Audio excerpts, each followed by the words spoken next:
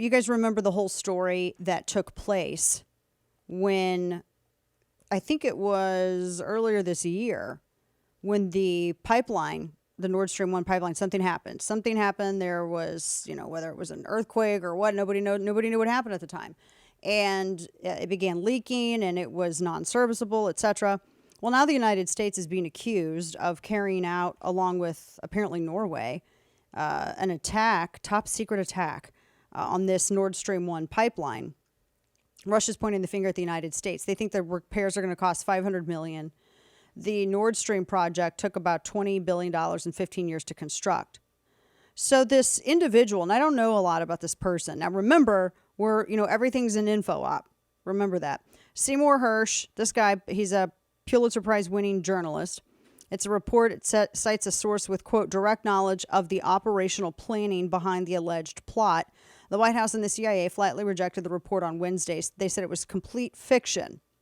Nord Stream 1 and 2 were sabotaged, apparently just sabotage, by bomb blasts on September 26. That apparently is baffling people. The analysts say the immediate attack, the impact was limited because the pipelines were not fully operational, and the geopolitical consequences, obviously we're still talking about it. Now that pipeline, Nord Stream 1, runs all the way from Narva Bay up in Russia, and it goes over Estonia and Latvia, the NATO nations that border Russia, that some of the NatCon say don't border Russia, and goes through all the way over to Germany. And it was September of 22. Sorry, the first one was September 22.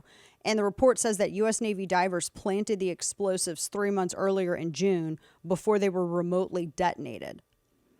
And they said that it was obviously top secret and highly dangerous operation there in the Baltic Sea. And it was carried out in conjunction or with the association of 16 other NATO countries.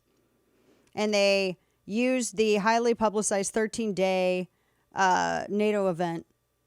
It was during BALTOPS 22, series of exercises in the Baltic Sea that was carried out. They used that as cover, apparently, is what the report says. Now, the White House said it was, quote, false and complete fiction. CIA said the claim is completely and utterly false. Now, in February, everyone cited Biden as saying the U.S. would bring an end to Nord Stream if Russia invaded Ukraine.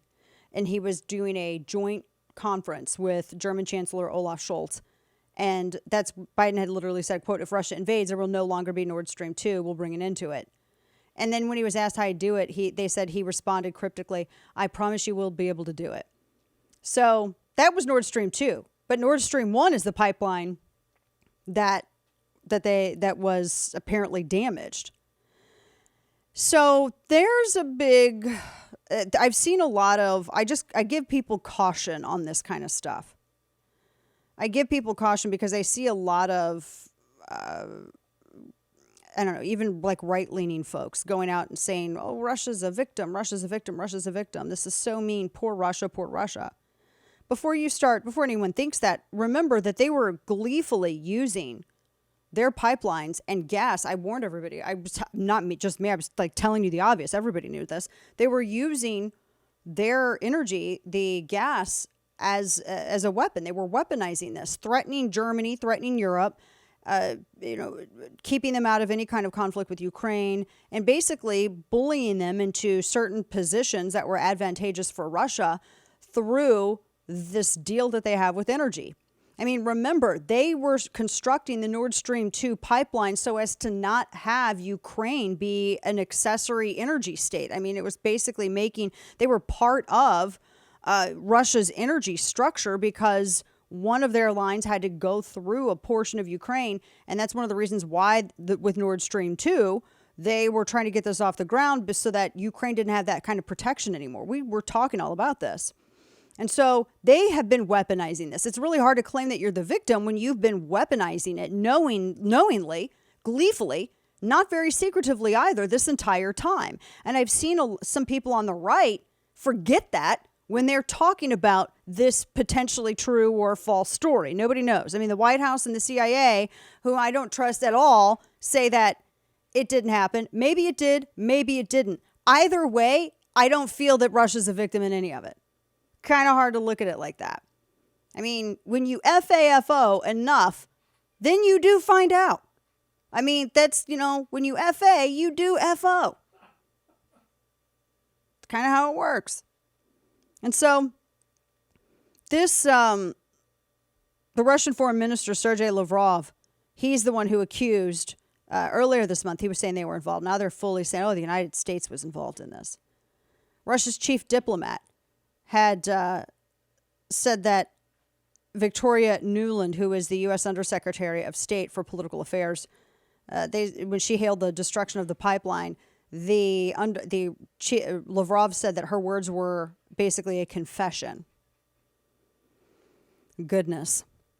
And so there's this pretty wild report, and it gets into it. I'll have this in the email newsletter when you go to Substack and subscribe to Chapter and Verse, because it gets into. I mean, he says that this Nord Stream, this Nord Stream 2, this attack on this, that they went over and it was done under a NATO maritime exercise. Very interesting. But again, I go back to, it's really difficult to see Russia as victims, right? I mean, they say, this is gross sabotage, et cetera, et cetera. There were some that were saying that maybe even Russia did it potentially. Now, I've seen some reporting say that Nord Stream, they're confusing Nord Stream 1 and Nord Stream 2. But bottom line is, it's just very difficult, again, to believe that they're the victims. They're the ones who moved tanks and troops in. They're the ones who went in and invaded Crimea. They wanted to have Sevastopol. They're the ones who invaded Ukraine. They're the ones who have been the aggressors in all of this. They're the ones who were using their energy as a weapon. And now, because now they want to say, well, one of our pipelines was damaged, we're the victims. I think people need to remember the chronological order of all of these events here.